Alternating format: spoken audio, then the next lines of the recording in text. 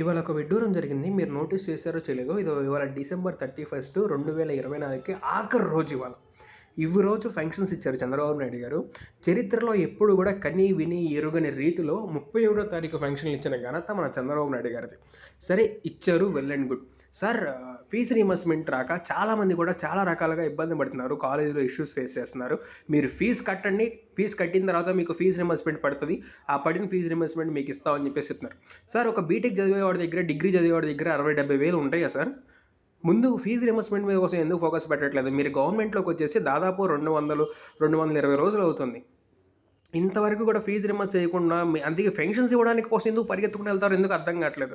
జగన్మోహన్ రెడ్డి ఒక్కడే ఉండి అధికారుల చేత పరిగెత్తిచ్చాడు. ఫంక్షన్స్ పొద్దున్నే 6కి స్టార్ట్ చేస్తే 6:30, 7 అయిపోయాయి ఫంక్షన్స్ అన్నీ కూడా. ఆయన కదలకుండా ఆయన సీట్లోనే కదిలిచ్చాడు.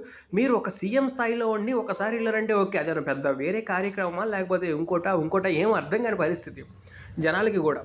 3,00,000 కోట్ల బడ్జెట్లో 3,000 కోట్లు కనీసం ఫీజు రియంబర్స్మెంట్కి కేటాయించలేకపోతున్నారంటే ఎంత దౌర్భాగ్యం, ఎంత దౌర్బల్యం అంది. విద్యార్థులు ఎంత ఇబ్బంది పడుతున్నారు. వెళ్ళి ప్రసంగాల్లో కూర్చొని చెప్తున్నారు మీరు. వెళ్ళి ప్రసంగాల్లో ఏమని చెప్తున్నారు? ఫీజు రీయింబర్స్మెంట్ మనకి ఫంక్షన్స్ 31వ తారీఖున ఇచ్చేసాము. జగన్మోహన్ రెడ్డి 2వ తారీఖు ఇచ్చేవాడు. 2వ తారీఖుకి 31వ తారీఖు ఎంత డిఫరెన్స్ ఉంది సార్? ఫస్ట్ రోజు సెలవా అందుకని చెప్పేసి 2వ తారీఖు ఇచ్చేవాడు జగన్మోహన్ రెడ్డి. నేను 31వ తారీఖున ఇచ్చాను. నేను గ్రేట్ సీఎం అని చెప్పేసి చెప్పుకుంటున్నాడు. గ్రేట్ సీఎం అని చెప్పేసి చెప్తున్నారు. ఎంత ఇదవుతుంది సార్? జగన్మోహన్ రెడ్డి గారు 4,000 రూపాయల ఫంక్షన్ ఇస్తున్న రాష్ట్రం ఆంధ్రప్రదేశ్ తప్ప ఇంకొకటి లేదు. ఓకే, మీరు అధికారంలోకి రాగానే పేద ప్రజలకి 4,000 చేశారు, వెల్ అండ్ గుడ్. కానీ తీసేసిన ఫంక్షన్స్ మాట ఏంటి? 50 ఏళ్ళకే ఫంక్షన్స్ ఇస్తున్నారు, దాని మాట ఏంటి? ఇలా చెప్పుకుంటూ పోతే చాలా కథనాలు ఉన్నాయి చంద్రబాబు నాయుడు గారు. Please be focus.